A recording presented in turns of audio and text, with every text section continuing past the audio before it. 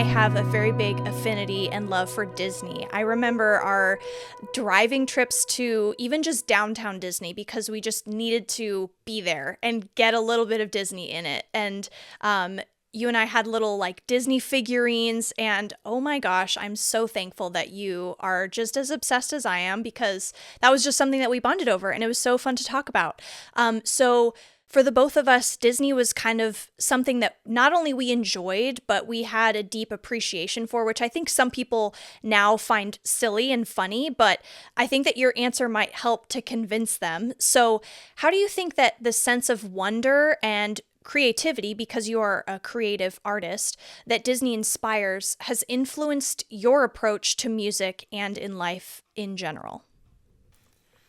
I think Disney is a great reminder to dream big. And as a musician, you often face a lot of rejection and failure before you find your success. So it's important to keep your dreams front and center so that you don't lose sight of what is important to you, what all of this is for, what you're working towards. So many Disney stories are about that. All my favorite Disney movies are about, what happens if you dream big? What happens if you just go for it? What happens if you have a dream and you make the moves to go get it? And I know that Disney does seem very silly to most people, but there's always that like underlying message of magic and wonder. And I think that for me as a creative person, it does spark a lot of inspiration for me.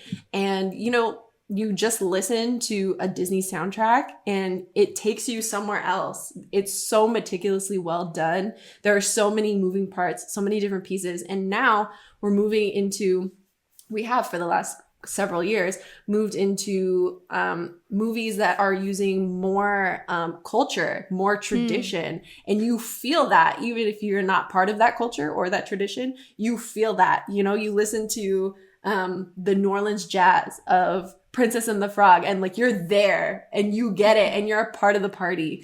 And that's inspirational for me as a musician because of not only all the sounds I'm hearing, all the instruments that are being used, all the different accents of the vocalists, but everything all together paints such a picture. And it's like it can transport you to somewhere. And that I think is the same thing as reading a book.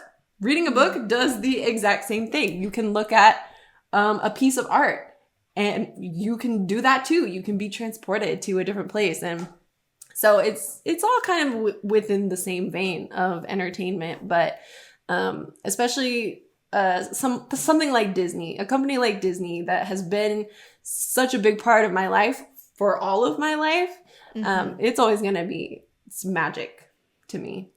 Yes, it's magic for both of us for sure. And I remember your appreciation for Moana. She was just your favorite princess for the time in college. I don't know if that has changed, but I think that her story of finding herself was such a timely princess to have an appreciation for in college, because that's when you are finding yourself and you're searching for that. Like it feels like it's dragging on and it's a mountaintop. That one scene where she's running up the mountain in order to get to the top, and it's just kind of that's what college ends up feeling like. So what is a Disney song that has impacted you and why? This could be at any time in your Disney passion. Moana is definitely still my favorite. That has not changed since college. I remember the first Disney song that ever had an impact on me was Reflection from Mulan. I loved Mulan. I had it on VHS, and after school every day, I'd pop the tape into the VHS and rewind it and watch it several times. I obviously as a kid, I didn't know anything about music, but I just remember listening to Reflection and thinking, I don't know why, because I'm not Mulan, but I really feel her story. I feel that anguish, and I feel her emotions. Reflection is very like, I'm such a disappointment. Like, how come I can't do anything right? Like, you feel that emotion. So I remember that being very impactful for me. Obviously, as I grew up and learned about music, I learned why that happens, what the conductor can do to kind of move that feeling and that story along. But obviously, Moana being my favorite movie, the song that really gets me now is I Am Moana, which is the one that she sings at the very end. Yes. She's been struggling the entire movie to navigate the ocean and find who she really is. And little does she know, the entire time, who she is has been inside of her, the whole movie, right?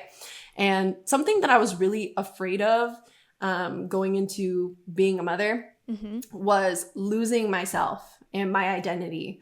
I'd seen it happen to so many people. You know, you have a baby and you become a completely different person.